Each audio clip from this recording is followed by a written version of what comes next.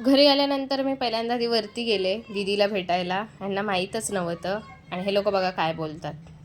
शी फुगला. तर या दोघांच्या खूप साऱ्या शिव्या खाल्ल्यानंतर पार्थ मला इकडे त्याचा नवीन गॉगल दाखवून आकडून दाखवत होता मला.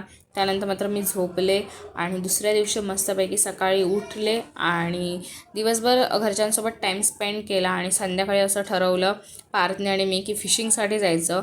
पार्थ हल्ली जवळजवळ रोज फिशिंगसाठी जातो आणि एवढे चांगले चांगले मासे घेऊन येतो ना खाडीतले, म्हणजे खरोखर खूप छान. म्हणजे त्याला तो छंद आहे. म्हणजे आम्हाला पहिल्यापासून आम्हाला तिघा बहीण भावांना छंद आहे मासे पकडायचा.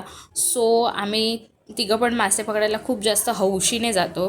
तर मग आम्ही पण निघालो आडारी रोडला.